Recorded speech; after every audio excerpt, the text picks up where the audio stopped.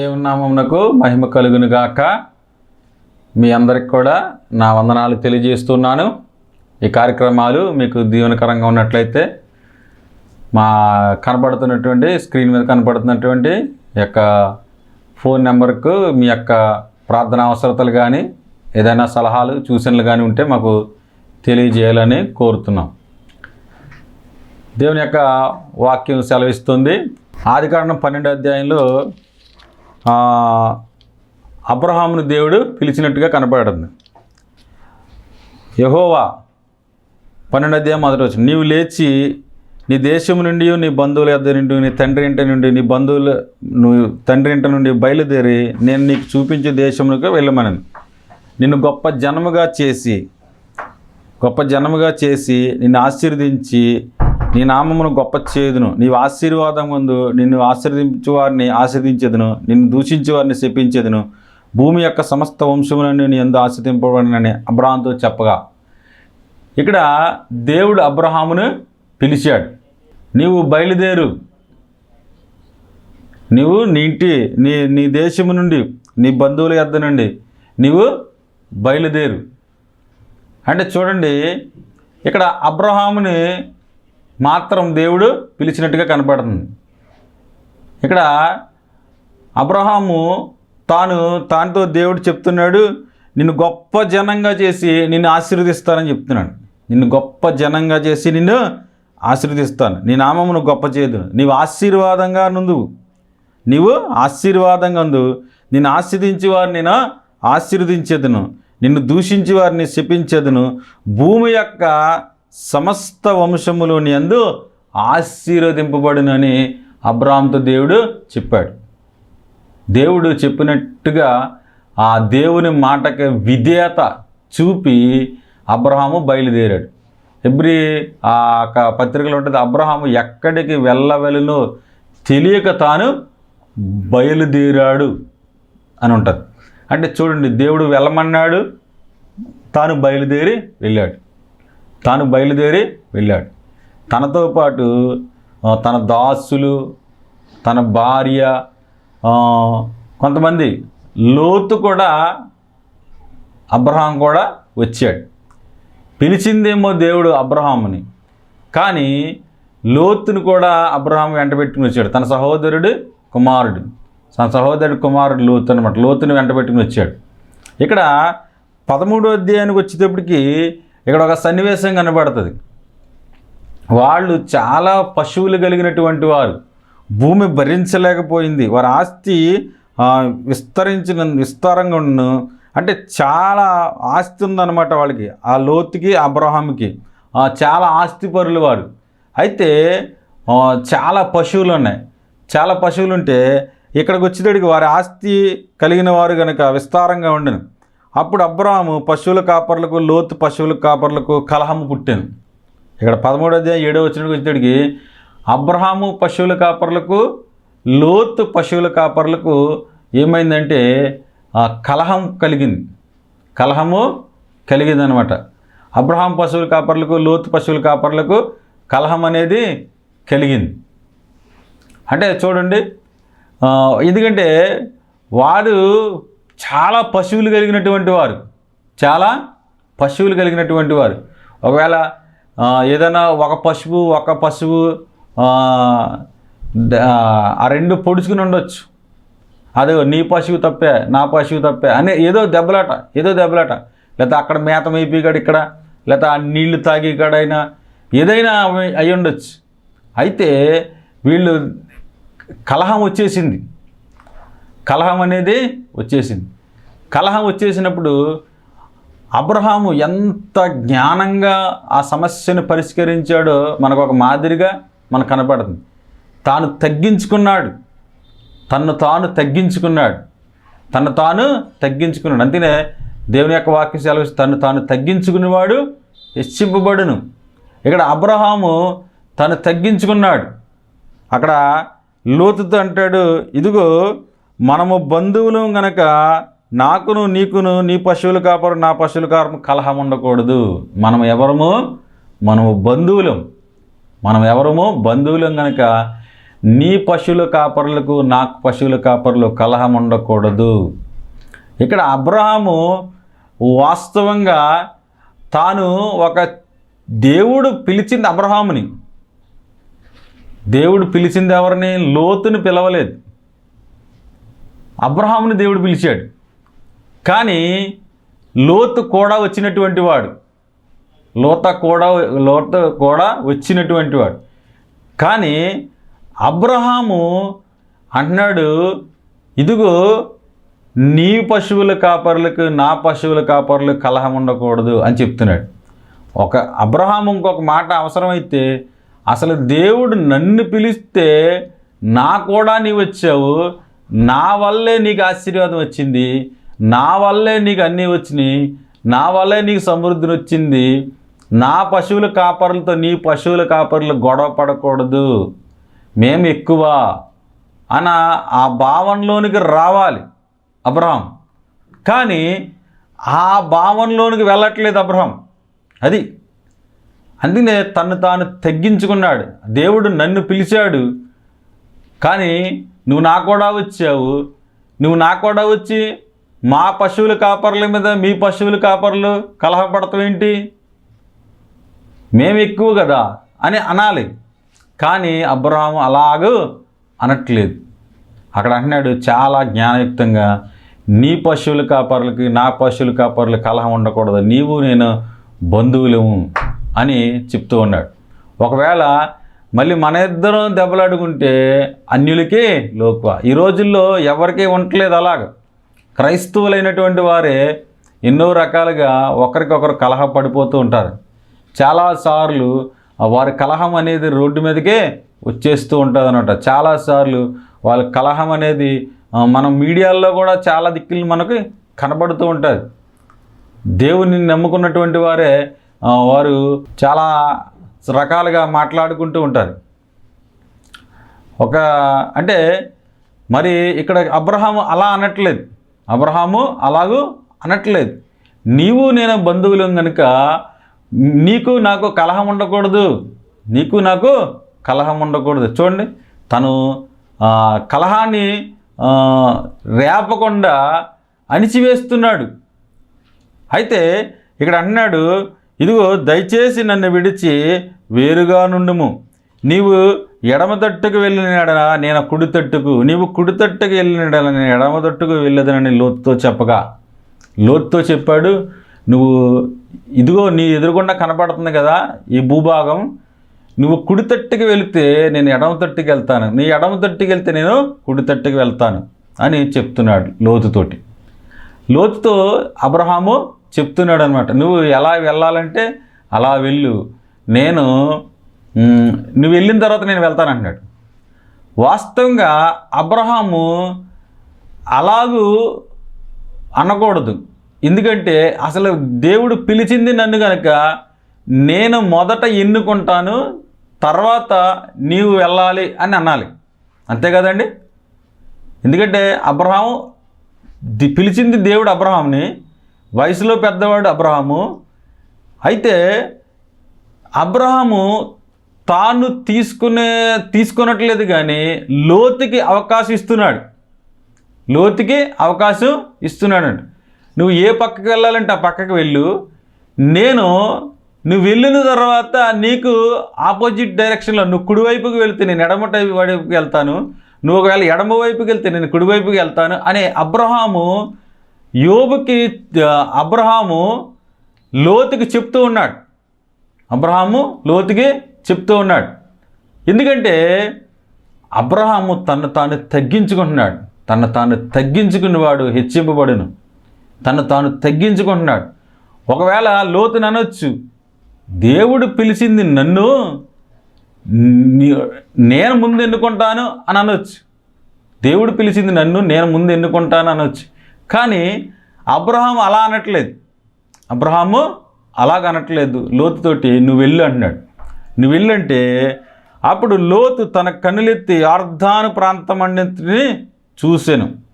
యొర్దాను ప్రాంతం చూసి ఆ సొదొమ గొమొర్రా అను పట్టణములు నా దేవుడు నాశనం చేయక మునుపు యెహోవా తోట వలన ఐగుప్తు దేశంలో నీళ్లు దేశమై ఉండి. అంటే చూడండి, ఈ లోతుని వెళ్ళమన్నాడు అబ్రహాము. కానీ లోతు ఏమనాలి? అదేంటి తండ్రే కదా, అదేంటి తండ్రి, ఇదిగో నీవు పెద్దవాడివి, నీవు ముందు ఎన్నుకో, తర్వాత నేను వెళ్తాను అనాలి. లేకపోతే అనాలి, నువ్వు చెప్పు, ఎటుపక్క వెళ్ళమంటావు నాకు చెప్పు, ఎటుపక్క వెళ్ళమంటావు నువ్వు చెప్పు, అటు వెళ్తాను అనాలి. రెండూ అడగలేదు. నువ్వు కోరుకో తండ్రి, నువ్వు కోరుకో, నువ్వు ఎటు వెళ్తావు అటు వెళ్ళు, తర్వాత నేను వెళ్తాను. దేవుడు నిన్ను కదా ముందు పిలిచింది, నీ వల్లే కదా మాకు ఈ ఆశీర్వాదం, నీ వల్లే కదా మాకు ఈ దీవెన అని అనాలి. అలాగూ కూడా అనలేదు. లేకపోతే ఇంకొక మాట అనాలి, నాకు ఏది మంచిదో వయసులో చిన్నవాడిని, నాకు ఎలా తెలుస్తుంది, నువ్వే ఎటు వెళ్తే మంచిదో నువ్వు చెప్పి పంపించు అని అనాలి. ఆ రెండూ అనలేదు. ఆ రెండూ అనకుండా అతడు కన్నులెత్తి చూసి ఆ సొదొమ గొమొర్రా పట్టణం వైపు చూసి పచ్చగా కనపడిందంట. పచ్చగా కనపడింది, మంచిగా కనపడింది అన్నట. అంటే మంచిగా కనపడిందని లోతు ఏం చేశాడంటే అబ్రహామును విడిచి వెళ్ళిపోయాడు. ఇక్కడ చూడండి, అంటే మరి పచ్చగా కనపడిన దాంట్లోకి ఆయన వెళ్ళిపోతే మరి అబ్రహాం ఎక్కడికి వెళ్ళాలి? అంటే మంచిది ఇన్నేసుకున్నాడు అన్నమాట. మేము చిన్నప్పుడు చేపలు పెట్టాం. ఒక చిన్న పంట చేలు అక్కడ వెళ్తే అక్కడ చిన్న చేపలు ఉంటే ఆ చేపలు పెట్టాం మేమందరం, పిల్లలందరం కూడా ఒక నలుగురు కలిపి. చేపలు పెట్టిన తర్వాత చేపలన్నీ బుట్టలు వేసిన తర్వాత ఒక మాకన్నా కొంచెం పెద్ద వ్యక్తి ఉన్నాడు, ఆయన్ని మేము నలుగురికి వాటాలు వేయమంటే ఆయన వాటాలు వేసుకుంటూ వచ్చాడు. వాటాలు వేసుకుంటూ వచ్చి ఒక వాట పెద్దగా కనపడుతుంది, చూస్తుంటే పెద్దగా కనపడిన తర్వాత ఆఖరి చేప వేసేసి ఈ పెద్ద వాటాగా కనపడినటువంటి వాటా నాదన్నాడు. చూడండి, అంటే ఆయన పక్కన ఆయన వేసేసుకున్నాడు అనమాట వాటాలు వేయమన్నందుకు. కానీ చాలామంది అలాగూ స్వార్థపరులుగా ఉంటారనమాట. వాటాలు వేసిన వాళ్ళు ఎప్పుడు తీసుకోవాలంటే ఆకారం తీసుకోవాలి. ఎందుకనంటే అప్పుడు అన్ని వాటాలు సమానంగా వేస్తాడని. ఎందుకంటే వాటాలు వేసినోడు, వాటాలంటే భాగాలు చేసినటువంటి వాడు ఎప్పుడైతే తీసుకోవాలమ్మా ఆకారం తీసుకోవాలి. ఆకారం తీసుకుంటే అప్పుడు అన్నీ సమానంగా వేస్తాడని. ముందే ఆయన తీసుకోమంటే ఆయన పక్షాన్ని వేసుకుంటాడు. అలాగే ఇక్కడ ముందు కనపడుతుందని వెళ్ళిపోయాడు అంతే. మరి అబ్రహాం ఎక్కడికి వెళ్తాడు అంటే మరి చూడండి, ఇంకా అలాగా అబ్రహాము నిలిచిపోయేటప్పటికి అప్పుడు దేవుడే అబ్రహాం దగ్గరికి వచ్చాడు. దేవునికి స్తోత్రం. దేవుడే అబ్రహాం దగ్గరికి వచ్చాడనమాట. లోతు వెళ్ళిపోయాడు, కనీసం అడగలేదు, కనీసం నువ్వు వెళ్ళు అనలేదు. ఇదే అవకాశం అనుకున్నాడు అంతే. ఇదే అవకాశం, ఇదే మంచిది అని తన పశువుల కాపరులు తీసుకుని ఆయన తన పశువులను తీసుకుని వెళ్ళిపోయాడు. అక్కడ లోతు అబ్రహామును విడిచిన తర్వాత 13-14 అబ్రహామును విడిచిన తర్వాత యెహోవా ఇదిగో నీ కన్నులెత్తి నీ ఉన్న చోటుని ఉత్తర వైపు, దక్షిణ వైపు, తూర్పు తట్టు, పడమర తట్టు చూడండి, అక్కడ నీ ఉన్న చోటనే నిన్ను అక్కడ ఆశీర్వదిస్తాను. దేవుని నామానికి మహిమ కలుగును గాక. హల్లెలూయా. ఇక్కడ చూడండి, అబ్రహాముతోటి దేవుడు మాట్లాడుతూ ఉన్నాడు. లోతు వెళ్ళిపోయిన తర్వాత అబ్రహామా ఇదిగో, లోతు ఒకవేళ మంచి ప్రదేశం అని చూడటానికి మంచి ప్రదేశం ఉన్న దానికి వెళ్ళిపోయాడేమో, నీవు ఇదిగో నిన్ను ఆశీర్వదిస్తాను. లోతు వెళ్ళిపోయిన తర్వాత దేవుడు అంటున్నాడు అబ్రహాంతో, నేను నిన్ను ఆశీర్వదిస్తాను, నీవు కన్నులెత్తి చూడు, నువ్వు ఉన్న చోటనే నీకు ఆశీర్వాదం మొదలవుద్ది. చూడండి, మనం ఎప్పుడైతే తగ్గించుకుంటామో మన జీవితాల్లో మనం తను తాను తగ్గించుకునేవాడు హెచ్చింపబడును, తను తాను హెచ్చించుకునేవాడు తగ్గింపబడును. మనం ఎప్పుడైతే తగ్గింపు కోరుకుంటామో అప్పుడు మనకి హెచ్చింపు అనేది మనకే వస్తుంది. ఇక్కడ అబ్రహాము తగ్గించుకున్నాడు. తానే ఎన్నుకోవచ్చు ముందు మంచి ప్రదేశాన్ని, తానే చూసుకోవచ్చు. ఇప్పుడు ఆస్తిలో వాటాలు వేసేటప్పుడు ఎవరైనా సరే ముందు మంచిదాన్నే ఎన్నుకుంటారు కదా. కానీ అబ్రహాము అలాగే ఎన్నుకోలేదు, లోతుకి అవకాశం ఇచ్చాడు. లోతుకి అవకాశం ఇచ్చిన ఆ లోతు సరైన రీతిలో ఎన్నుకోలేదు. తర్వాత దేవుడే వచ్చి అబ్రహాముకి చెప్తున్నాడు, నేను నిన్ను ఆశీర్వదిస్తున్నాను, నీ ఉన్న చోట నీ కన్నులెత్తి చూడు, నీ మొత్తం నీకు ఈ దేశమంతటిని నీ సంతానమునకు సదాకాలం ఇచ్చేదను, నీ సంతానానికి నేను సదాకాలం ఇచ్చేదను, ఆ భూమి మీద ఇసుక రేణువులు విస్తరింపజేసేది, నీ సంతానాన్ని ఇసుక రేణువులంట విస్తరింపచేసేదను. అంటే చూడండి, అబ్రహాముని దేవుడు ఆశీర్వదించాడు వచ్చి. అంటే తను వదిలిపెట్టుకున్నందుకు గాను తన నీతిని బట్టి అబ్రహాముని దేవుడు ఆశీర్వదించాడు. అలాగే మన జీవితాల్లో మనము కూడా వదిలిపెట్టుకున్నందుకు గాను ఏదైనా దేవుని బట్టి వదిలేసుకుంటే కనుక దేవుడు మనలను కూడా ఆయన దీవించే దేవుడై ఉన్నాడు. దేవుడు మనల్ని కూడా దీవించే దేవుడై ఉన్నాడు. అబ్రహాము దేవుణ్ణి బట్టి వదిలిపెట్టుకేసుకున్నాడు. అబ్రహాము ఎవరిని బట్టి వదిలిపెట్టుకున్నాడండి? దేవుణ్ణి బట్టి వదిలిపెట్టుకున్నాడు. తర్వాత ఈ లోతు వెళ్ళిపోయాడు, ఆ సొదొమ గొమొర్రా ప్రాంతం వెళ్ళిపోయాడు. ఆ సొదొమ గొమొర్రా ప్రాంతం వెళ్ళిపోయిన తర్వాత మీకు తర్వాత చరిత్ర అంతా తెలిసిందే కదండి. ఆ సొదొమ గొమొర్రా ప్రాంతం వెళ్తే ఆ సొదొమ గొమొర్రా మనుషులు మంచివాళ్ళు కాదు. ఆ సొదొమ గొమొర్రా పట్టణాన్ని దేవుడు అగ్ని గంధకముల చేత తగలబెట్టేశాడు. అయితే చూడండి, నాకు అనిపించింది లోతు తన 2 కుమార్తెలు రక్షింపబడ్డారు. లోతు భార్య వెనక్కి తిరిగి ఉప్పు స్తంభమైంది. అయితే మరి లోతుతో పాటు వెళ్ళినటువంటి పశువుల కాపరులు ఉన్నారు కదా చాలామంది, వాళ్ళ పశువుల కాపరులు చాలామంది ఉంటారు. అబ్రహాం అంటాడు ఆ సొదొమ గొమొర్రా పట్టణాన్ని గురించి ప్రార్థన చేశాడు. అక్కడ కనీసం 50 మంది ఉంటే కాపాడవా, 40 మంది ఉంటే కాపాడవా, 30 మంది ఉంటే కాపాడవా, 20 మంది ఉంటే కాపాడవా అని ఆఖరికి అంటాడు 10 మంది ఉంటే కాపాడవా అని అడిగినప్పుడు 10 మంది నీతిమంతులు ఉన్నా కాపాడు. అంటే ఈ లోతు పశువుల కాపరులలో కూడా నీతిమంతుడు కూడా ఎవడు కూడా లేడు. అబ్రహాం పశువుల కాపరులు మంచివాళ్ళు, ఎందుకంటే వాళ్ళకి ఏ ఆపద సంభవించలేదు. ఈ లోతుతో పాటు వెళ్ళినటువంటి పశువుల కాపరులు మంచివాళ్ళు కాదు. అందుకే అబ్రహాం యొక్క పశువుల కాపరులతోటి ఈ లోతు యొక్క పశువుల కాపరులు గొడవ వచ్చింది.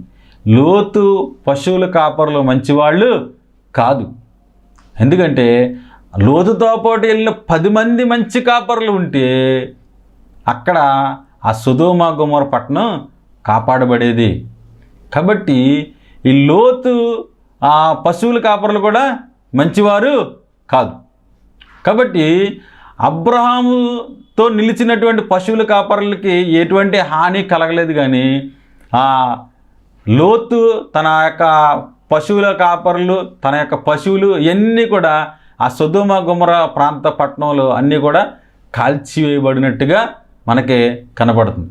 చూడండి, లోతు ఒకవేళ అబ్రహాముని అడిగి వెళ్ళి ఉంటే పరిస్థితి ఇంకోలా ఉండేదేమో. అబ్రహామా, ఇదిగో నీవు వెళ్ళమన్న చోటుకు నేను వెళ్తాను, లేకపోతే మొదట నువ్వు కోరుకో అప్పుడు నేను వెళ్తాను అంటే మరి లోతు చరిత్ర ఇంకో రకంగా కనపడేదేమో మనకి. కానీ తాను సొంత నిర్ణయంగా తీసుకుని తన దుష్టులైనటువంటి ఆ పనివారిని వెంటబెట్టుకుని అతను వెళ్తే చివరికి ఆ లోతు అలాగ ఒంటరిగా మిగిలిపోవాల్సిన పరిస్థితి వచ్చింది.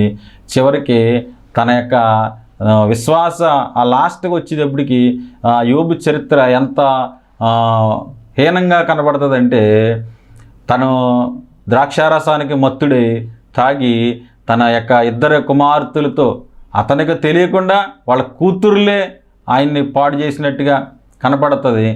అయినా తన యొక్క ఆ పిల్లల వల్ల లోతు కుమార్తెల సంతానం మోయాబీయులు వచ్చినట్టుగా, అమోనీలు వచ్చినట్టుగా కనబడుతుంది. అంటే చూడండి, చివరికి లోతు యొక్క చరిత్ర అనేది అలాగూ మిగిలిపోతూ ఉంది. ఎందుకంటే అబ్రహాముని అడిగి వెళ్ళుంటే మరి ఒక రకంగా ఉండేదేమో నాకు అనిపించింది అన్నమాట. మరి ఒక రకంగా ఉండేది. అబ్రహాముకు విలువిచ్చుంటే ఇంకో రకంగా ఉండేదేమో లోతు యొక్క చరిత్ర. కానీ అబ్రహాముని అడగకుండా తన సొంత నిర్ణయం తను తీసుకుని దేవుని మీద ఆధారపడి దేవుణ్ణన్నా అడగాల, కొన్ని ప్రార్థన చేయాలి కదా. అబ్రహాము ఎక్కడ పడితే అక్కడ బలిపీఠాలు కట్టి ప్రార్థన చేశాడు. అలాగే లోతు కూడా మరి అక్కడ ప్రార్థన చేయాలి కదా. పోనీ దేవుణ్ణి అడగలేదు, అబ్రహాముని అడగలేదు, పోనీ అబ్రహాముని కోరుకోమని అనలేదు. కానీ తన ఇష్టం వచ్చినట్టుగా తన మనసుకు తోచిందంట చేసుకుంటూ వెళ్తే దానివల్ల ఏమొచ్చిందంటే అతడు ఇబ్బందులు పాలయ్యాడు. చివరికి తన ఇబ్బందులు పాలయ్యాడు. తన జీవితాన్ని ఆ రీతిగా ముగించిందనమాట. అంటే కాబట్టి అబ్రహాము దేవుణ్ణి బట్టి వదిలేసుకున్నాడు. కాబట్టి అబ్రహాముని దేవుడు ఆశీర్వదించాడు. నీ సంతానాన్ని ఆశీర్వదిస్తానన్నాడు. తగ్గించుకున్నాడు కాబట్టి నీ సంతానాన్ని ఆశీర్వదిస్తానన్నాడు. తర్వాత అధ్యాయాల్లో కనబడింది అబ్రహాముని అన్ని విషయాల్లో దేవుడు ఆశీర్వదించాడు. కొన్ని విషయాల్లో కాదండి, అన్ని విషయాల్లో దేవుడు అబ్రహాముని ఆశీర్వదించాడు. ఆశీర్వదించి అబ్రహాముకి మేలులు చేశాడు. దేవుణ్ణి బట్టి ఎవరైతే తగ్గించుకుంటారో వారి జీవితాలు ఎప్పటికైనా ఆశీర్వాదకరంగా ఉంటాయి. దేవుణ్ణి బట్టి ఎవరైతే తగ్గించుకుంటారో, దేవుణ్ణి బట్టి నేను గొడవ పడను, దేవుణ్ణి బట్టి నేను స్వార్థం చూసుకోను, దేవుణ్ణి బట్టి నేను కలహపడను, దేవుణ్ణి బట్టి నేను తగ్గించుకుంటున్నాను అని ఎవరైతే తాను తగ్గించుకుంటారో వారు గొప్పవాళ్ళు అవుతారు. అబ్రహాం అంతికే గొప్పవాడయ్యాడు. అబ్రహాం అంతికే ఆయన ధనవంతుడయ్యాడు. అబ్రహాముని దేవుడు లోతు వదిలిపెట్టిన తర్వాత దేవుడు అబ్రహాంతో మాట్లాడాడు. అంటే చూడండి, అంటే మరి అలాగే మన జీవితాల్లో కూడా మనము కూడా దేవుణ్ణి బట్టి మనం తగ్గించుకోవాలి. అబ్రహాం ఎవరిని బట్టి తగ్గించుకున్నాడు? దేవుణ్ణి బట్టి తగ్గించుకున్నాడు. మనం కలహపడకూడదు, మన బంధువులము అని ఎవరిని బట్టి తగ్గించుకున్నాడు? దేవుని బట్టి తగ్గించుకున్నాడు. అలాగే మనము కూడా దేవుని బట్టి మనము తగ్గించుకునేలాగా ఉండాలి. దేవుని బట్టి మనము తగ్గించుకునేలాగా ఉండాలి. దేవుని బట్టి మనము మేలు చేసేలా ఉండాలి, సహాయం చేసేలా ఉండాలి. కానీ సొంత నిర్ణయాలు తీసుకునేలా ఉండకూడదు. వాక్యం ఏం చెప్తుందో వాక్య ప్రకారం మనం జీవించేవారు. దేవుని గ్రంథం మనం చదువుకుని ఆ వాక్యంలో ఉన్నదాన్ని పాటిస్తూ ఆ వాక్య ప్రకారం మనం జీవించేలాగా ఉండాలి. అబ్రహాము జీవితాన్ని చూసినప్పుడు మన బంధువుల్లో మనకు ఏదైనా ఇబ్బందులు ఎదురవుతున్నాయంటే, ఇలాంటి పరిస్థితులు మనకు ఎదురైనప్పుడు మనము చూసుకోవాలి. మనం చూసుకుని ఇదిగో అబ్రహాము జీవితంలో ఈ బంధువుల మధ్య ఈ గొడవ వచ్చినప్పుడు అబ్రహాం ఎలాగ వ్యవహరించాడు కనుక నేను కూడా నీతిమంతుల్లాగా నేను వ్యవహరించాలి అని మనం అనుకోలేం. అంతేగాని మన స్వార్థాన్నే మనం చూసేసుకునేలా ఉండకూడదు. మన మేలు కొరకే మనం ఆలోచించేలా ఉండకూడదు. మన స్వార్థాన్ని మనం మేలు కొరకే మనం ఆలోచిస్తే లోతులాగా మనము చెడిపోవాల్సి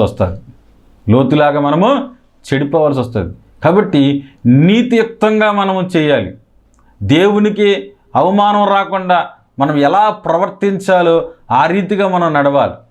కాబట్టి మనము దేవుణ్ణి బట్టి మనము తగ్గించుకోవాలి. దేవుణ్ణి బట్టి మనము మేలు చేసేలాగా ఉండాలి. అబ్రహాం అలాగే దేవుణ్ణి బట్టి తగ్గించుకున్నాడు. లేకపోతే లోతుని మనం నువ్వు ఎంతటి వాడు, నా కూడా వచ్చి ఆశీర్వాదం పొందినటువంటి వాడు, నువ్వు ఏపాటి వాడు అని ఆ లోతుని అసలు ఏమనలేదు. అబ్రహాం లోతుని ఏమీ కూడా అనలేదు. కానీ దేవుణ్ణి బట్టి ఆయన తగ్గించుకున్నంత వల్ల దేవుణ్ణి బట్టి ఆయన ఆశీర్వాదాన్ని ఆయన పొందాడు. కానీ లోతు తన కనబడినదే తన మనసులోకి వచ్చిన ఆలోచన ప్రకారం వెళ్ళిపోయాడు కనుక చివరికి ఆయన ఏమి అంత అభివృద్ధి సాధించలేదు, అంత ఆశీర్వాదకరంగా ఆయన ఉండలేకపోయాడు అన్నమాట. కాబట్టి మనకి ఈ రెండు జీవితాలు మన ముందు కనబడుతున్నాయి. అబ్రహాము వలె మనం తగ్గించుకుని మన జీవితాలు జీవిద్దాం. అబ్రహామును ఆశీర్వదించిన దేవుడు ఒకవేళ మనకు అన్యాయమే జరగవచ్చు, మనకి ఎటువంటి ఇబ్బందికరంగా జరగచ్చు. ఒకసారి నేను ఒక చిన్న సాక్ష్యాన్ని విన్నాను. ఒక అన్నదమ్ములు వాటాలు వేసుకుంటున్నారంట. వాళ్ళు ఒక చెల్లి కూడా ఉందంట. చెల్లి కూడా ఉంటే ఆ చెల్లి దేవుణ్ణి నమ్ముకుంది, యేసుప్రభుని నమ్ముకుంది. అసలే వాళ్ళు యేసుప్రభుని నమ్ముకున్నందుకు గాను వాళ్ళు అన్నారంట, నీకు మా వాటాల్లో నీకు చివరి దారి లేనటువంటి మీకు ఆ పొలాన్ని ఇస్తావు నీకు నువ్వు అని అన్నారట. అప్పుడు ఆమె అందంట, వాళ్ళ చెల్లి అందంట, ఏదైనా పర్లేదు ఏదోటి ఇవ్వండి అందంట. ఏదోటి ఇవ్వండి అంటే సరే అని వీళ్ళు మంచి మంచి రోడ్డు పక్కన అలాంటి చిన్న చిన్న దారులు ఉన్నాయి అన్నీ కూడా తీసేసుకుని ఆ దారి లేనటువంటిది ఏది ఎటువంటి పెద్ద లాభకరంగా లేనటువంటి ఒక చిన్నది ఇచ్చారంట. చిన్నది ఇస్తే ఆవిడ దేవుని బట్టి స్తోత్రాలు చెల్లించి, దేవుడా నువ్వు నాకు ఇచ్చావు, దీన్ని నువ్వు ఆశీర్వదించు అని ప్రార్థన చేసుకుందంట. ప్రార్థన చేసింది. కొన్ని సంవత్సరాలు పోయిన తర్వాత అదే స్థలం గుండా ఆమె స్థలం పక్క నుంచి ఆ రింగ్ రోడ్డు వేయడం జరిగిందంట. ఇప్పుడు దాని విలువ ఎంతో విలువైంది అయిపోయిందంట ఆ స్థలం. చూడండి, మనము దేవుణ్ణి బట్టి తగ్గించుకుంటే, దేవుణ్ణి బట్టి మనము మన యొక్క దేవుణ్ణి బట్టి మనం తగ్గించుకుని, దేవుణ్ణి బట్టి మనం ఒకవేళ మంచి నిర్ణయం తీసుకుంటే, దేవుడు మనకి మేలు చేసే దేవుడు. ఏ రకంగా మేలు చేస్తాడో మనకి తెలియదు, కానీ మనకు మేలే చేస్తాడు. మనకు విశ్వాసం ఉండాలి. లోతు విడిచిపెట్టిన తర్వాత దేవుడు అబ్రహాము దగ్గరికి వచ్చి అబ్రహాముని దేవుడు దీవిస్తాడని మాట్లాడాడు, దీవించాడు. అబ్రహాముని అన్ని విషయాల్లో దేవుడు దీవించాడు. కాబట్టి అలాంటి దేవుని మనము కలిగి ఉన్నాం. అలాంటి దేవుడు అబ్రహాముని దీవించిన దేవుడు మనల్ని కూడా దీవిస్తాడు. దేవుడి మాటలకు దీవించునుగాక. ఆమేన్. ప్రార్థన చేద్దాం. పరిశుద్ధుడు అయిన మా తండ్రి, కృప కలిగిన యేసయ్యా నీ స్తోత్రాలు, నిన్ను స్తుతిస్తున్నాం ప్రభా. అబ్రహాము యొక్క లోతు యొక్క వీళ్ళిద్దరి గురించి మేము ఇక్కడ ధ్యానం చేసాం దేవానైనా. లోతు అయితే ప్రభువానైనా దేవానైనా అబ్రహాం మాట వినకుండా, నీ మాట వినకుండా, ఎవరి మాట వినకుండా తన సొంత నిర్ణయం తీసుకుని వెళ్ళిపోయి తనకు ఉన్నదంతా ఆస్తిని పోగొట్టుకున్నాడు, అన్నీ పోగొట్టుకున్నాడు దేవా. అబ్రహాం అయితే నిన్ను బట్టి నిలిచి ఉన్నాడు ప్రభా. నీవు అబ్రహాంను దీవించావు నాయన ప్రభా. అలాగే మేము కూడా మాకు ఇబ్బందుల్లో, మా కష్టాల్లో, మా బాధల్లో మేము నిన్ను బట్టి నిలిచి ఉండేలాగా సహాయం దయచేయమని చెప్పబడిన మాటలు రవా వినుచున్నవా చూస్తున్న వారికి దీవెనకరంగా ఉండడానికి సహాయం దయచేసి కృప చూపించి దయ చూపించమని రవా నైనా నీ బిడ్డలను దీవించి ఆశీర్వదించమని ప్రభువును రక్షకుడు నజరేయుడైన యేసుక్రీస్తు నామమున ప్రార్థన చేస్తున్నాం పరమ తండ్రి. ఆమేన్. అందరికీ వందనాలండి.